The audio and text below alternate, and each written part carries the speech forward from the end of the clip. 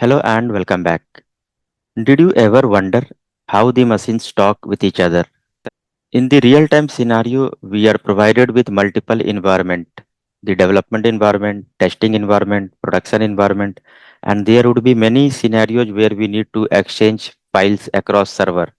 Maybe for testing purpose, you want to move some file from development environment to the testing environment. And more realistically, in the production environment, it's always the scenario that your application needs to pull files from upstream for processing, and then after processing it needs to push file to the downstream application. So the upstream application and the downstream application are different servers, means it's a different machine. So how this communication is going on, how the machines are seamlessly talking to each other without prompting for the password. This is all made possible through the SSH utility. Let's understand with an example how all these things works together. First, let's start with this real-time analogy and then we will compare this with the technical world. So let's say this is a housing society named A, and this housing society wants to communicate to another housing society named B. So to create the communication between society A and society B, we need to create a communication channel or a road between these two societies so that they can talk to each other. So society A, when the A tries to reach out to B, then within B there will be many security checkposts. Let's say one of the post is checking for all the vehicles coming in, noting down their numbers. Another is checking for the identity of the people who wants to come in. And there might be another security checkpost scanning the luggages. So out of all these security checkpost, the one checkpost which has the responsibility to take the request from any other society and verify its identity, that will interact with the representative of A.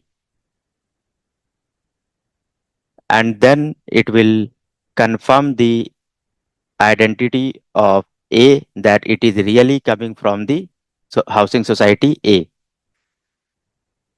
So how it will confirm? It will confirm from its ledger. See? Maybe they have got some email previously saying, yeah, if someone comes from A, accept it.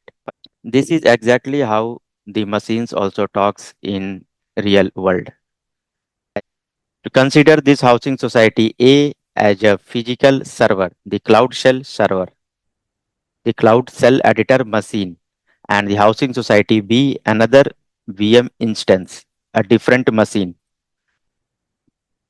When the Cloud Shell editor sends the request to connect to machine B using its IP, then at machine B there will be this port 22 listening to this request.